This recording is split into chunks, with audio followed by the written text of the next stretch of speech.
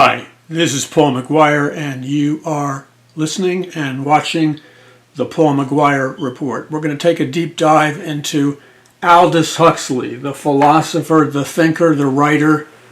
He began writing way back in 1901 a breakthrough book called Brave New World. And Brave New World had a pivotal effect on my own life in amazing ways. Brave New World was a futuristic dystopia in that it wasn't a utopia, it was a dystopia, dysfunctional futuristic civilization where people were on like upbeat psychedelic drugs like soma. They were brainwashed through a process called scientific mind control. They lived in a dictatorship, but the average person firmly did not believe that even for a nanosecond, they did not believe that they actually lived in a dictatorship. In fact, Huxley called this the scientific dictatorship, where you will learn to love your slavery, or things like a dictatorship without tears. In other words, the concept was you alter the mass population, you alter their state of consciousness so that they are so programmed they don't even realize that they're living right smack in the middle of a dystopian dictatorship. They think everything's wonderful because their brains have been tweaked with microdosing psychedelic drugs. They don't have traditional marriage or traditional family values at all because the social engineers, the scientific elite, and these were all concepts introduced by Aldous Huxley and others, the scientific elite, the scientific dictatorship created an artificial synthetic world which they programmed the people, it sounds like today, they programmed the people into believing they were actually living in paradise. So anything sociologically, socially, sexually, and technologically, anything that got in the way of their technological dictatorship, anything that got in the way was considered to be a threatening obstacle. So what would potentially get in the way of this, of the fruition of their dictatorship? Well, things like the family unit. Why? Because in the family unit, people believe and adopt whatever it is that their parents have transmitted to them in terms of education, exposure. So for example, if parents believe that there is a creator God, capital C, there's a very substantial percentage increase that the children will also believe in a creator God, capital C. So the social engineers, like the social engineers of today, could not have that. So they destroyed the family unit in a variety of ways. Number one, women no longer gave birth to their babies. Their babies were harvested, if you will, in some kind of special laboratory. Having a monogamous, faithful, one-on-one heterosexual relationship was severely frowned upon in Brave New World. And so men and women sought out, and these are Aldous Huxley's very words, they sought out publicly societal orgies. Sexual orgies of all kinds were a regular feature in this Brave New World.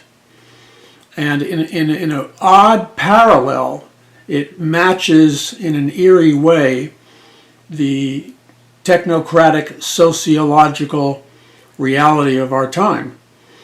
Because what we have is a mirror experience to what Huxley was espousing in Brave New World. What do I mean by that?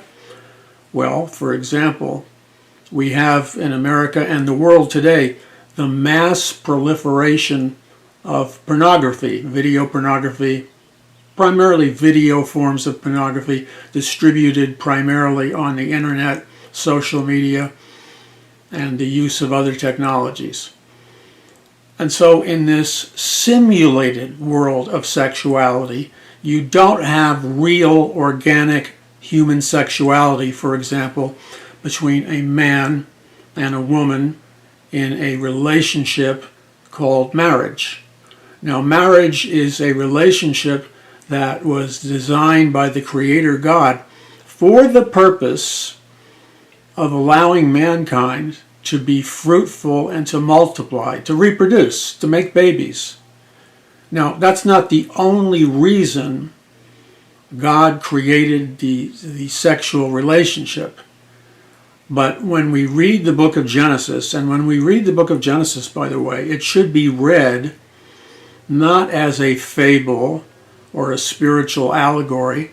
The book of Genesis, in actuality, is a digital DNA, genetic, multi-dimensional book that explains the nature of your reality and my reality on God the Creator, capital C, on God's optimal terms and our optimal terms. In other words, nowhere in the Bible, nowhere, is there this notion that is so widely promoted, and it's a total falsehood. Nowhere in the Bible is there this notion that somehow God is annoyed with, irritated by sex. And yet, as far back as I can remember, and maybe this was the case for you, as far back as I can remember, people have been attacking the biblical God, the Bible, the Creator, capital C. They have been attacking the Creator and God, and they have been lying about the nature of God. And they have suggested that somehow, some way, God is anti-sex, anti-love, and anti-joy. And nothing could be further from the truth. Okay, so we're going to continue to take a deep dive way beyond Huxley, right into the epicenter of our contemporary world. And we're going to take a look at it, and we're going to trace its origins, and I think you will find it freeing. This is Paul McGuire. Be sure to visit paulmcguire.us. That's paulmcguire.us, and we will be back in just a moment.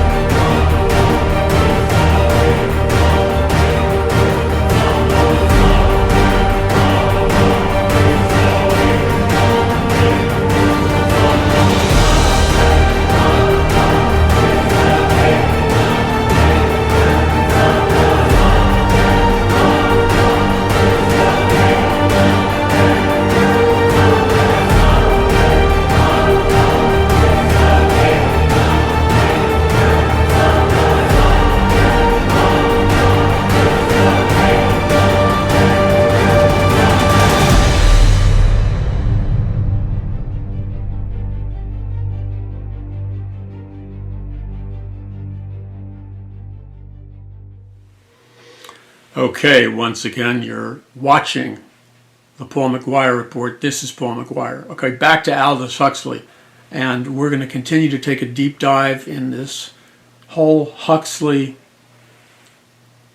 dystopian revolution, which is still controlling the power sectors in our society via institutions like the UN, United Nations, UNESCO, and it was Julian Huxley, Aldous Huxley's brother, who was the founder of UNESCO, the United Nations Educational Science Division, and it was UNESCO headed up by Julian Huxley, and it just turns out that Julian Huxley was the world's first transhumanist.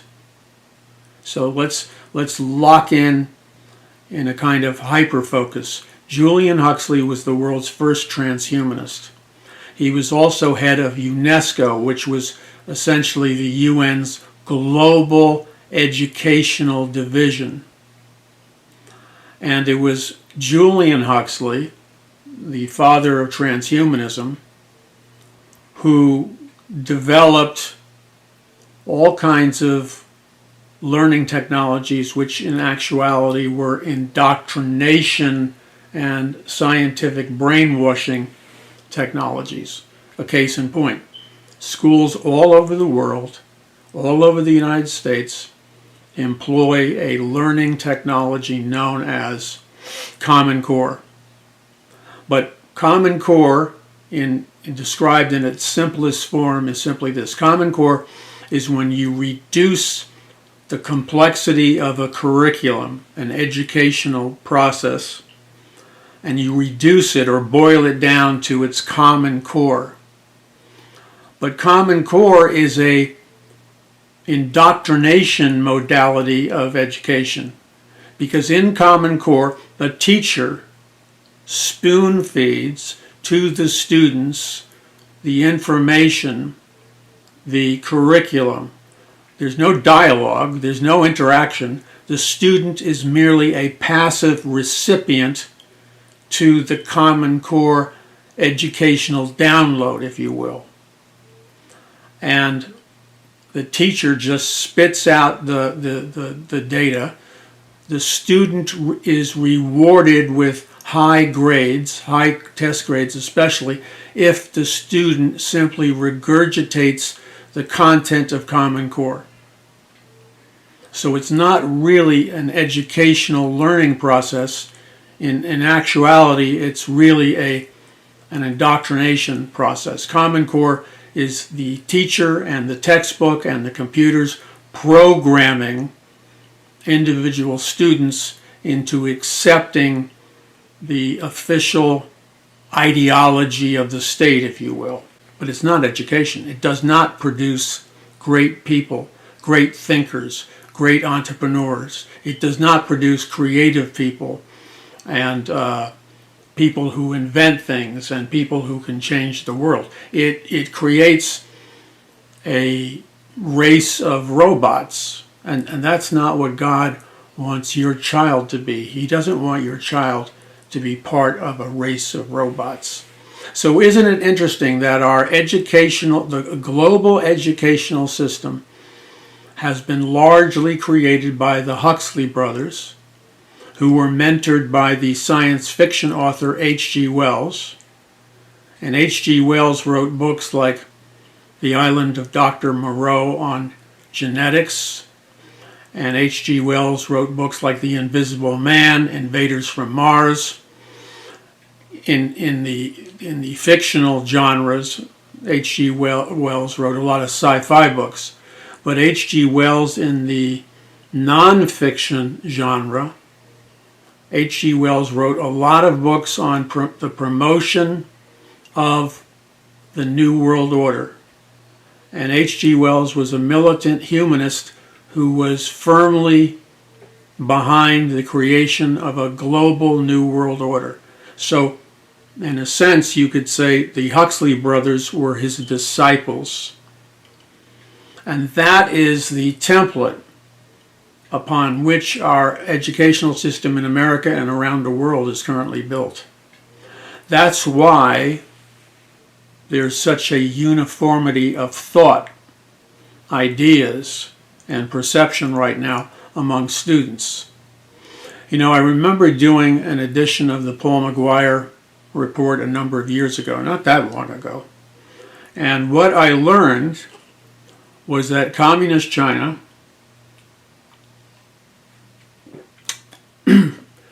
and Communist China was assembled and built by the Communist Chinese Party. But taking a deeper dive than that, Communist China was really built by the Rockefeller billionaire family. It was the Rockefellers and other billionaire families who propped up Communist China, and they were the ones that engineered the Chinese model of a combination of dictatorship with production.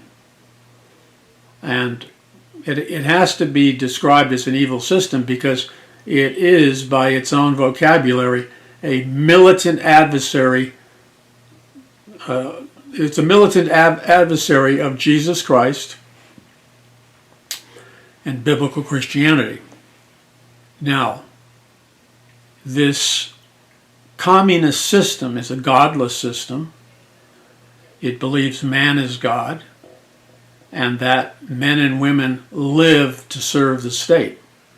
So it's a new world order / educational template. And so the Huxleys helped to bring this, among others, the Huxleys helped to bring this to America, the European Union, and other continents and other nations. And H.G. Wells, the sci-fi writer, again, I've read and you should read his books on the New World Order. And he's a militant. H.G. Wells was a militant advocate for the New World Order. And that's reflected in books that he wrote promoting the New World Order or films that were based on his ideas. There was one film in black and white based on the New World Order ideas of H.G. Wells. It was called The Shape of Things to Come. And it's an old black and white film that depicts a terrifying scientific dictatorship in the future. And the name of this Hollywood feature film was entitled The Shape of Things to Come. All right, we're going to continue to take a deep dive and help you to apply these truths. They're applicable to your life, and they are very applicable to what is happening in our world right now. With the rise of a new world order that has been rebranded as the Great Reset. And the Great Reset, or the New World Order, is the brainchild of the World Economic Forum, WEF, the United Nations, UNESCO, the Bilderberg Group, and all these other hardcore globalist groups. And what these hardcore globalist groups have in common is they're built on the same philosophical lies that the earlier New World Order was built upon. So one of the premier lies that you hear told is this statement made by Klaus Schwab, formerly the head of the World Economic Forum until he got kicked out for spending World Economic Forum money on personal massages that he would get from ladies when he was attending these giant globalist conferences.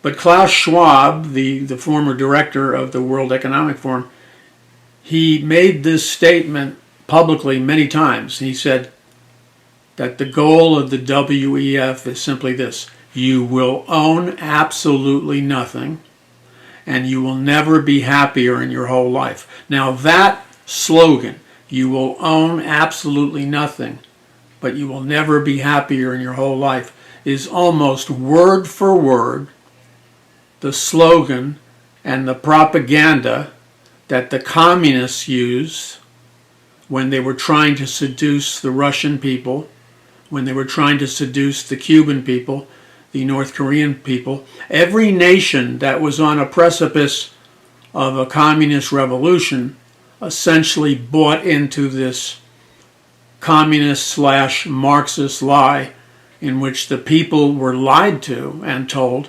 you will own absolutely nothing, but you will never be happier in your whole life. Now we know, you and I know, that's a total lie, because if we look at history, if we look at current events, it's blatantly obvious that people who own absolutely nothing are absolutely miserable, absolutely powerless, and absolutely living as slaves and victims. So the slogan, you will own absolutely nothing, but you will never be happier in your whole life, is a total lie to the people. It's propaganda and it's a communist lie. Look at reality for yourself. How many of the super millionaires, the super billionaires, and the super trillionaires, how many of them with deep pockets and endless wealth, how many of them, with all their wealth, how many of them have chosen to give away their enormous wealth? None. Well, there might be one or two wackos out there, but 99% of the super wealthy don't give away what they own. They know that what they own is intrinsic to their personal happiness and peace of mind. They don't entertain the foolishness that you will own absolutely nothing and you'll never be happier in your whole life. They know that's a blatant lie. So why would you tell people a blatant lie unless you were intending to enslave them? You will own absolutely nothing. Okay, let's look at the statistics. The super elite, the globalist elite, the wealthiest families in the world, the billionaire families, the trillionaire families, the super millionaire families, all of them own everything. In fact, these super globalist elite, super wealthy families, they only represent 1% of the human population. And yet it is this 1% of the human population that owns 99% of all the wealth and resources. So again, let's revisit the hard, cold facts, which are these. The super wealthy families, like the Rockefellers, the Rothschilds, and so on and so forth, they only represent 1% of the human population. Yet they own 99% of the wealth. So we have only 1% of Earth's population, and they own 99% of the wealth. Now that tells us that there is a direct relationship between the wealthiest people in the world and the fact that they're only 1% of the Earth's population, but they own 99% of the wealth. So that's a total refutation of this nonsensical lying statement, which is attempting to seduce people with a lie which says you will own absolutely nothing. These wealthy people, in fact, don't own absolutely nothing. Again, they represent 1% of the population and they own 99% of the wealth. That's a fact. And so this is the dilemma we find ourselves in, because we have so many dumbed down people, programmed people in education and Christianity and other religions, and the net consensus of all these dumbed down, brainwashed people is that many of them don't know the truth, can't analyze the truth from an error, can't discern the truth from an error, and they are vulnerable to being taken over. They are vulnerable to being enslaved through Marxist communist propaganda statements like, you will own absolutely nothing, but you'll never be happier in your whole life, which simply is not true. It has never been true.